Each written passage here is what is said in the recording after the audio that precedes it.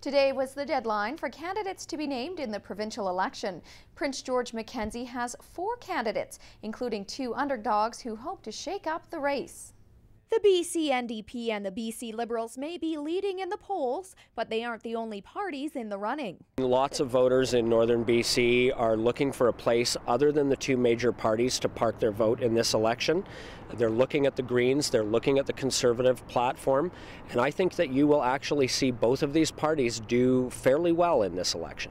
In Prince George Mackenzie, there are 2 other candidates, Terry Rice with the Conservatives and Karen McDowell with the BC Greens. On policy like carbon tax, they couldn't be more different. Looking at the way that we change how people are contributing to greenhouse gas and carbon taxes, there's lots of people that can benefit from this.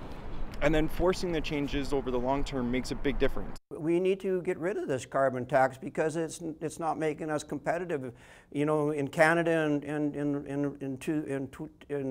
the rest of the world, because it's adding additional costs.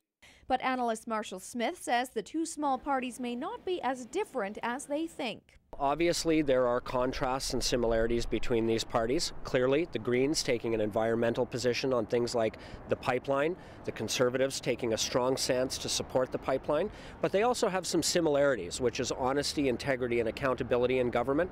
Both candidates say their parties are grassroots in values and support. These are the people that are saying, you know, hey, I want to have a future for my children, and now it continues to grow. The support is growing because they've been talking to their parents and their grandparents about it.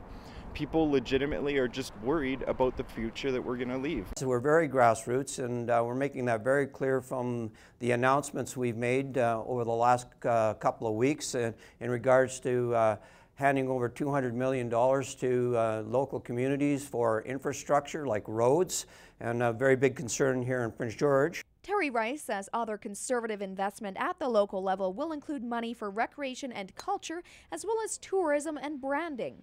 These parties have to concentrate on local issues that matter to people on the ground in these ridings. If their policy platform is way too high level in the sky, they run the risk of not connecting with the local voter. Support for the Conservatives and the Greens means some voters aren't satisfied with what the 2 major parties are offering.